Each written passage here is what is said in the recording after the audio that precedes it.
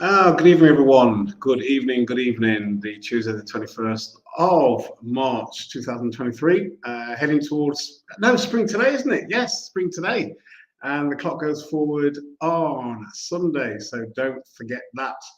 And don't turn up late next week or whatever it might be. However, good to see you all this evening. I'm going to make a quick start as hopefully that my sound engineer will do her job, and then she'll let me know that all is well. I can be seen and heard, and yeah, take it from there. Anyway, as somebody joins in, I'll be looking again at social fitness, but I want to say a little bit about what's taken place. I was going to do a new subject, but somebody sent in a comment that really made me think about something. So really important. So for those of you that might be, thank you. For those of you who might be struggling with difficult relationships, a difficult start in life, is social fitness for you? Is that possible? Yeah, so somebody actually wrote in a comment, which I'm going to share.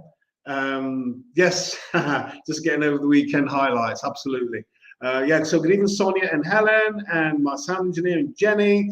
Yes, somebody last week when I finished the session. Good evening, Jeff, and please welcome to anyone who's here for the first time. Welcome, welcome, welcome. We're looking at relationships. We looked at social fitness, but if you've had a really bad start with relationships, I'm going to share some stuff this evening over the next couple of weeks that will really help us to kind of move on to kind of experience social fitness. So last week when I was finishing, there was just a little niggling thought. I just didn't feel that I actually had said all that I said. And somebody wrote a comment in. Good evening, David and Ray. Good evening. And again, anyone else who's watching live, anyone else who's watching on catch up, please welcome. Thank you much indeed for your time. I really respect the time that you're giving up to watch these broadcasts. So I'm just going to we're going to look at social fitness and say a little bit about what that is, and then I want to share with us what somebody left last week. So social fitness is defined as the combined resources a person gets from his or her social world. This concept encompasses the availability and maintenance of social relationships. So it's really what happened in 1939, Harvard University in the States. They did some research and they wanted to see what one of the main contributing factors were to healthy living, long living, and what they came up with really good relationships. And they termed it social fitness. So, and also you would have seen one of the quotes: those who benefit from good friendships have strong family relationships and are connected to others on duty and in their community. They tend to be healthier and have meaningful social ties, and they're likely to have better cardiovascular health, lower blood pressure, and so forth and so forth. This whole thing about relationships. But somebody left something in, somebody made a comment last week, and it really made me think, and I want to share that today. Some of you may have seen it, but I think it's worthwhile showing. I wonder if I can show it here. It's a bit of a long one, but it's worthwhile. Let's see if we can, if we can show. Right, so this is from somebody I know, and person said, I, of course, agree with the majority of us, for the majority of us, but we have to balance that with the good and bad bits of the relationship. I think sometimes we try to make family relationships work even when they are very toxic, just because the narrative out there is that family is the most important example. You have to love your mum and dad, sister, brother, and so forth, because they are your mum, dad, so forth. Only it is the most, only is it that the most important if it isn't damaging you. Okay, that's fine. And she said, I was reflecting, I can't show any more than that. I was reflecting, ooh, hang on. Let's see, yeah, let's have a look. I don't think I've been able to get all of it. Let's have a look. Yeah, says here, let's have a look. I was reflecting this morning on someone I was with at school that had a parent who had done something very bad with barbed wire and someone else's neck. The relationship with that parent led him to a life of bullying, drug addiction, and ultimately prison himself. We perhaps need to be able to identify the good relationships, because it isn't always as easy as it seems. That was a brilliant comment, absolutely brilliant. So let me just clear that down. So those of you on Twitter and LinkedIn and YouTube, you're able to see what I've written, but you're not able to post. So that got me thinking, and I started to think about the work that I've been doing for over 30 years. And one of the works that I have to do quite often is literally, in a kind of psychological sense, reparent people because they've had a really bad start in life. It's been horrendous. I'm working at the moment with ex-offenders, and for a lot of them, their start in life was really, really bad. And there's one or two of them who I've met who really want to kind of to develop really good relationships because they realize that's where it is. So I really that reflection really made me think. And so one of the things I will say, for example, one of the things, so what we're going to do this evening, we're going to go into maybe what we can do. I'm going to go into some theory because it's really important that they understand what's taking place for individuals. Good evening, Baltic Nails. Good to see you this evening. Hopefully this evening be able to help us all, really, certainly if we've had a bad start in life, and many people have had a bad start in life. And I will say this, working with individuals, most of them, not all, those who have been in prison, they're now on probation, I can tell you the truth, most of them were very good at school, but somehow their family and school missed their good ability, their genius, and maybe because they didn't conform, they were then kind of pushed to one side. And then I think one of the worst things, when you ask the question, what's the opposite of love? Everybody says hate. No, it's not. The opposite of love is to be ignored. As human beings, we hate to be ignored. That is more damaging than hate. It really is powerful to be ignored. Even as adults, we know what it's like and how it feels if we are ignored. So certainly, one of the things I've said to individuals, gosh, 7 minutes in, I'm introducing myself as Delroy Hall. For those of you new for the first time, I've been a trainer for over 30 years, a counsellor, a teacher and trainer, and I've been doing these broadcasts. And next year will be 3 years I've been doing these broadcasts, and they just get more interesting, more dynamic, and it really kind of stretching my thoughts and also increasing the following. I'm not focusing on that so much. I'm focusing on the material that I present can help people live better lives. That's what I'm really keen on. So one of the things I always say, that these sessions very short, the hints and tips, they don't substitute you going to a counsellor, to a psychologist, go to see your GP. You need to do all that. These are just to give us some insights to where we may be. Also, I need to say right at this point, if the subject matter, hopefully the subject matter won't evoke negative, powerful emotions. If so, it might be good you leave the screen for a bit, come back when you're balanced. And if not, if you want to take it up further with me, please direct message me and I'll see what I can do to help, maybe refer you to see someone. Also, good evening, Paulette. Good to see you this evening. So I would always say go and see a counsellor, a therapist, psychologist. It's called self-investment.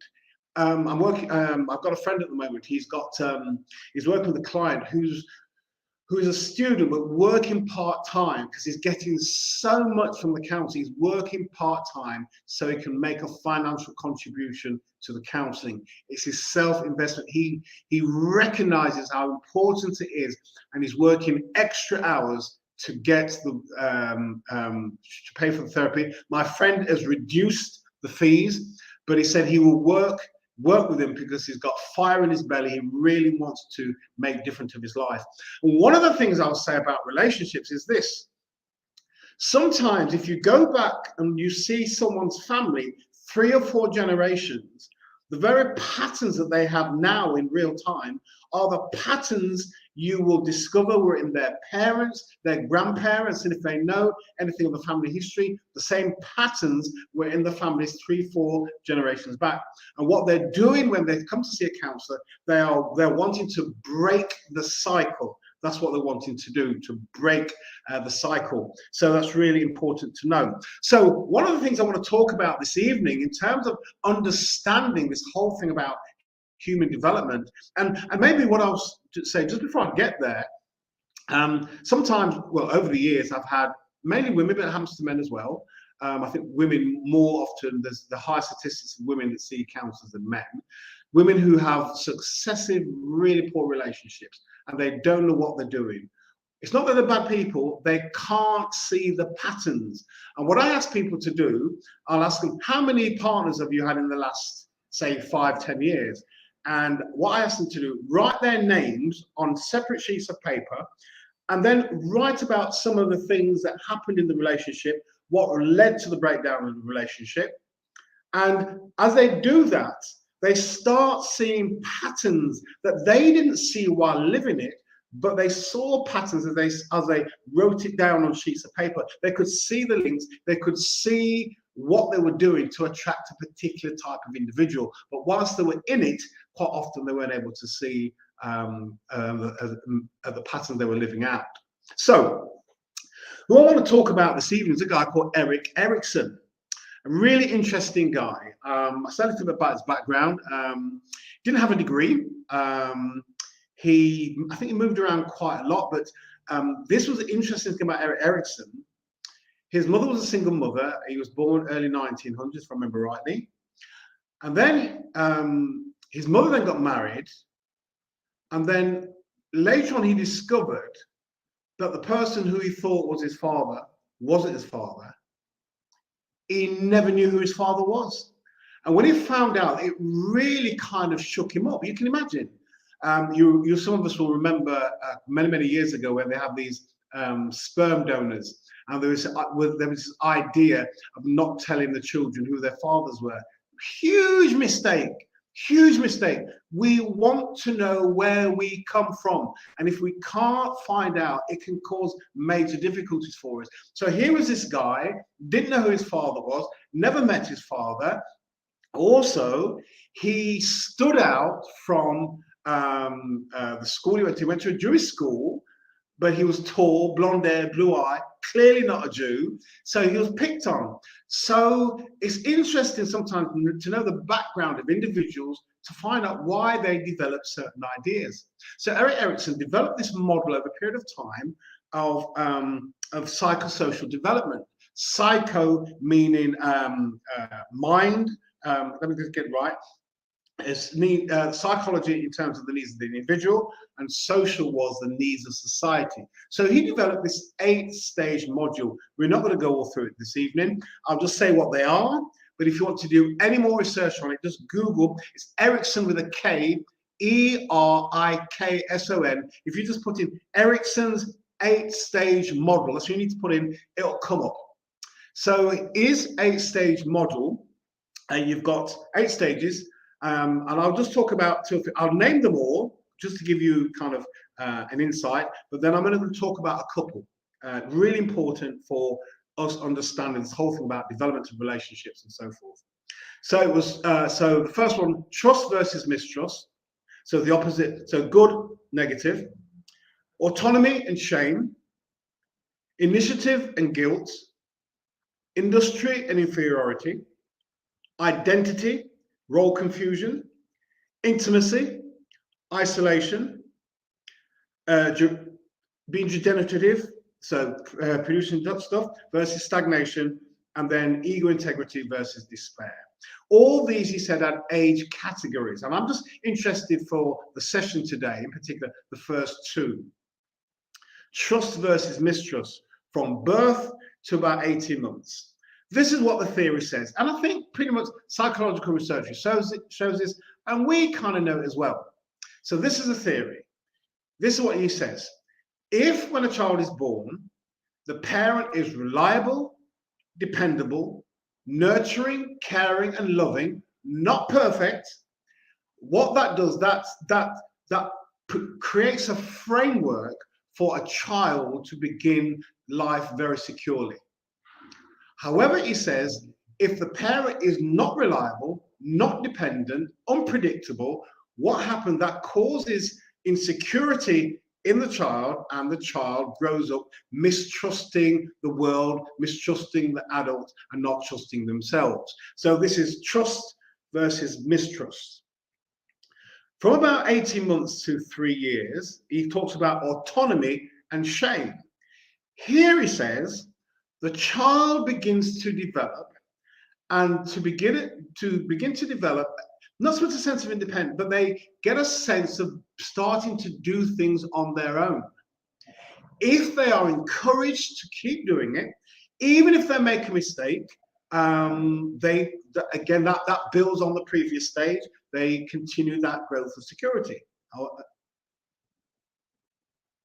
Right, okay, if I can just share this, Kelly has said this. My psychologist said that when she believes that I was a baby that was left to cry, that makes total sense in terms of her experience. So this whole thing about, so child grows up, starts to begin to do things, physical things. If the child is encouraged by the parents, the level of security is built on. If the parent then is overprotective and kind of dominant and critical, it creates shame in the child, because the child will start thinking what he or she does is not good enough. This is from kind of year 1.5 to 3. And I'll just go from 3 to 5 because those years are really important. You've got this situation, the child then is beginning to do things, has imagination, starting to play games and all the rest of it. Again, if they're encouraged, they continue to do it and the sense of security continues.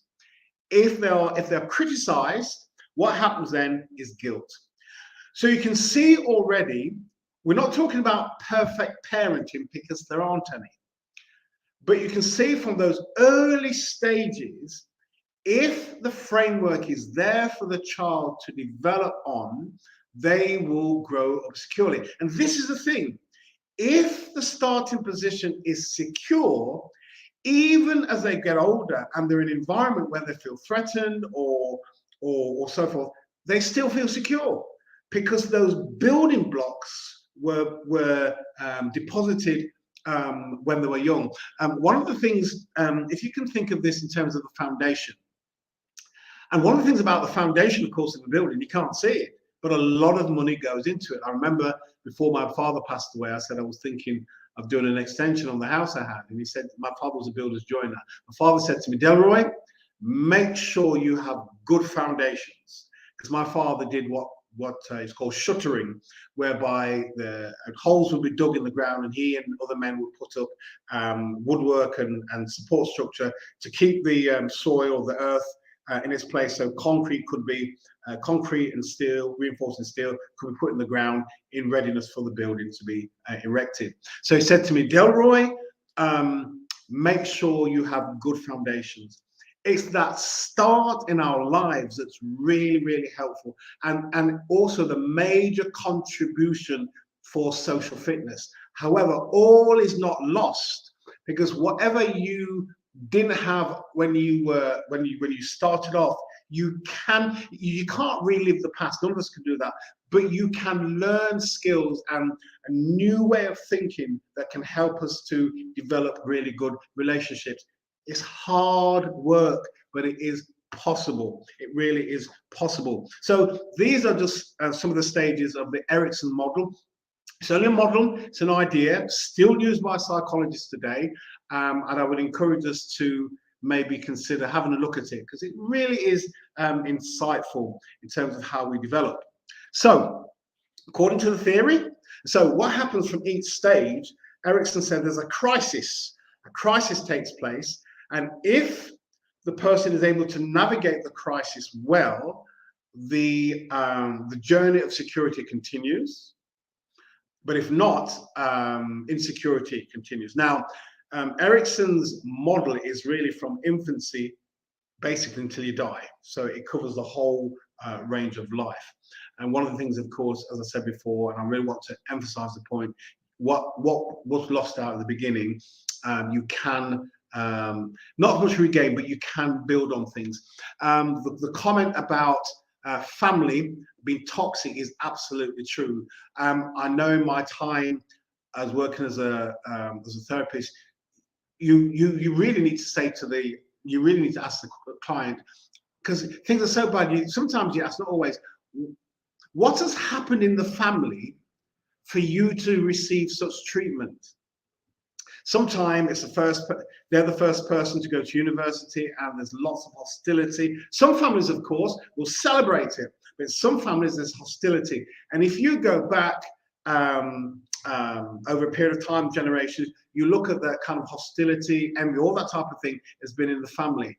I recall working with somebody many, many years ago whose parents decided to leave the council house and to buy their own house.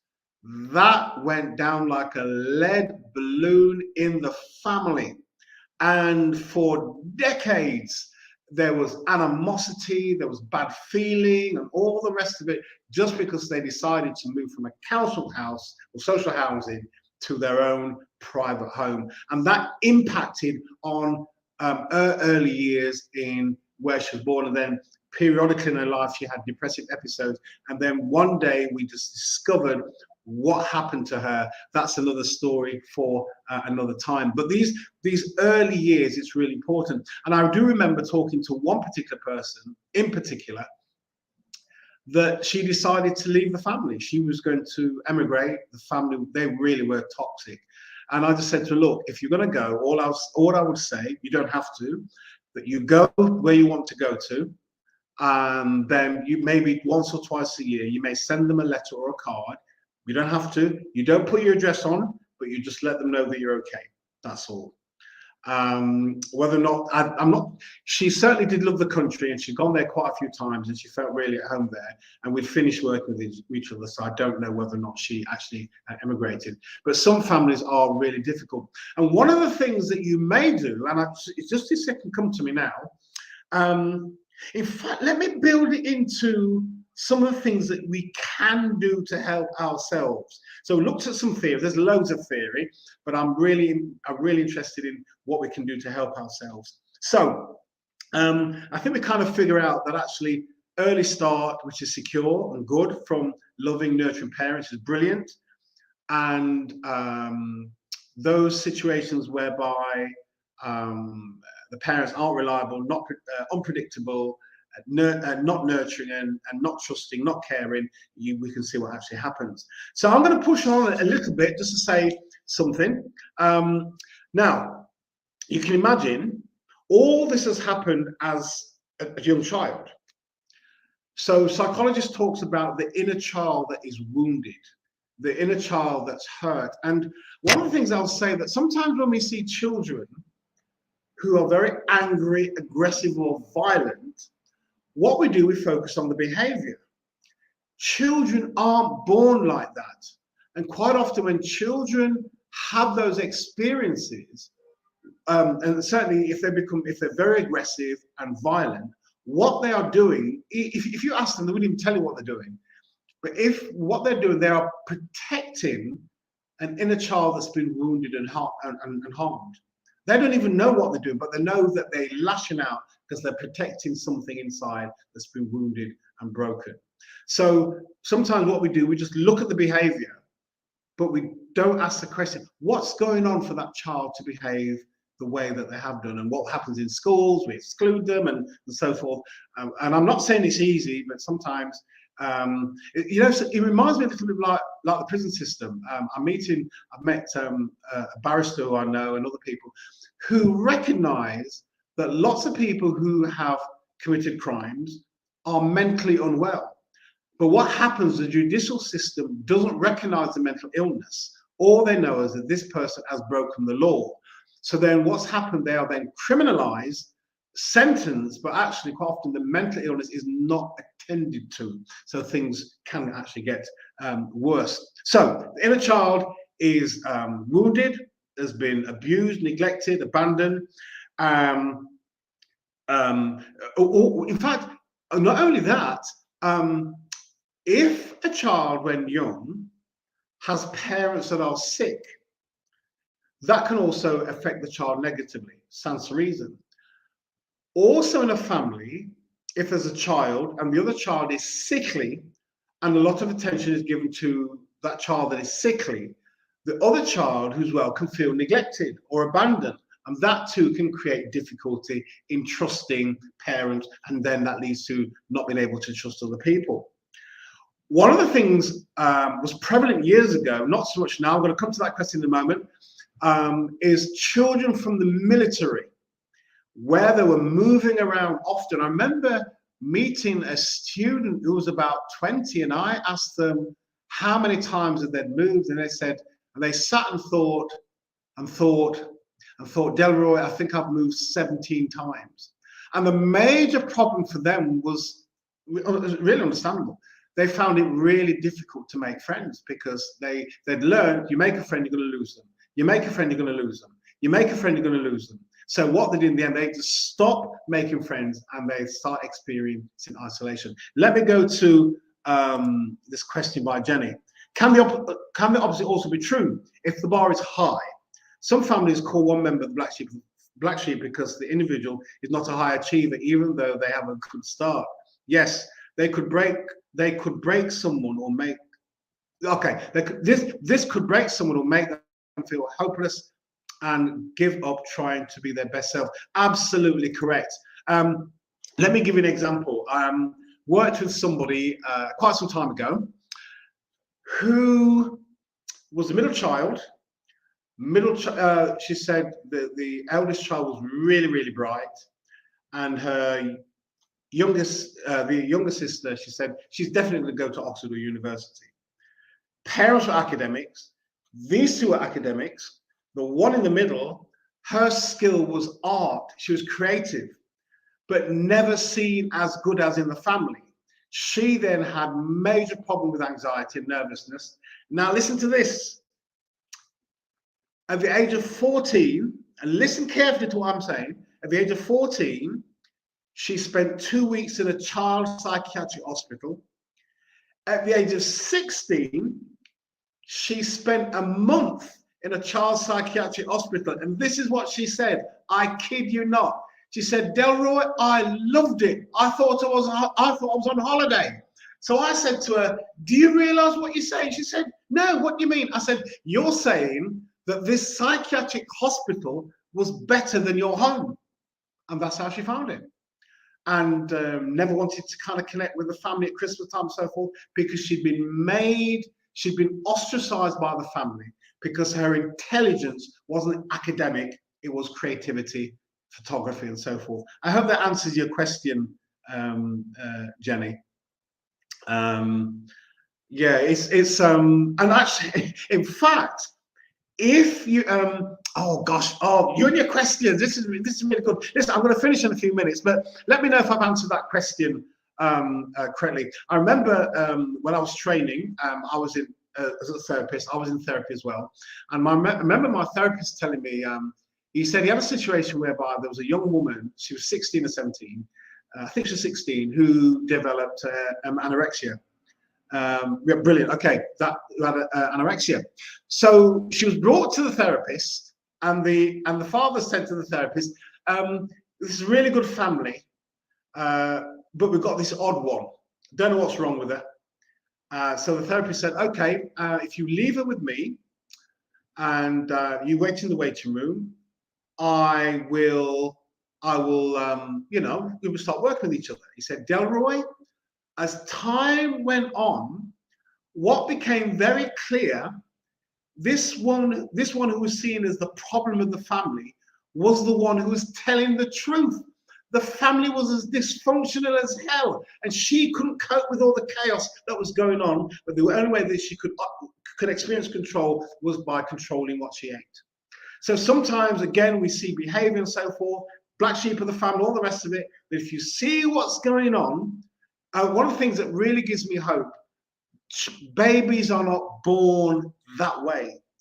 The environment shapes them. We now know enough that if the mother is anxious while she's pregnant, there's stressor hormones flowing around the blood system, that affects the growing embryo. We now know that. So babies can experience trauma while they're in the womb, and they can experience trauma whilst they're, you know, when they're born, pre-verbal, and a very different environment. All that can add to them not creating good relationships. And a part of the work is trying to understand what's going on to help them work through things. My goodness me, listen, I've not even gone through half of the stuff that somebody can do. But what I'm going to do, I'm going to give us some, because I'm really conscious of time, I want to give us some pointers in terms of what are some of the the pillars. I spoke about reparenting. So one, reparenting. And I'm going to explore that next week, and then I'm going to look at some things that people can do, that you can do to begin to set yourself on a journey where you can, one, relate to yourself better and start relating to other people better too. So the question that was given by the person, or the comment, the reflection, absolutely appropriate, and really, really helpful, made me think. So as I said, I really like the questions, and even if after you've watched it, you've been a part of it live, and there's something else that's troubling your thinking it through, certainly on YouTube. I've got 1 or 2 people there on YouTube now. On Facebook, please feel you can direct message me. So next week is the 28th. We're going to pick up this again. So it'll be social fitness part 5, and looking at the comment that this person sent in. And so I'll be looking at some of the four pillars and some of the things that we can do that can really move us in a direction that, even if we had a really poor start, the future doesn't have to be so. And I'll give us some of the skills and tips next week for doing that. Hey, listen, it's 31 minutes. Thank you very much indeed for the time. Those who've commented, as somebody's rightly said, you have to consider what's behind the behavior and address the root causes. If you're just excluding kids, all you're doing is treating the symptoms. In fact, you're not treating the symptoms. All you're doing, you're putting kids off education, and that's all you're doing. But if you spend the time, and I know teachers are under pressure, I know some schools are forward thinking, they've got counsellors and so forth in, really, really important. So yeah, next week, 7 o'clock, tell your friends, share with your work colleagues. If you find this helpful, please let people know. If you're on YouTube, please subscribe to the channel. Absolutely brilliant. Listen, thank you very much indeed for your time. Really appreciate it, and thank you. Enjoy the rest of your night and for the weekend. And also, don't forget to turn the clock back on Sunday. Don't forget. All right, take care. Speak to you soon. All the best. Bye now.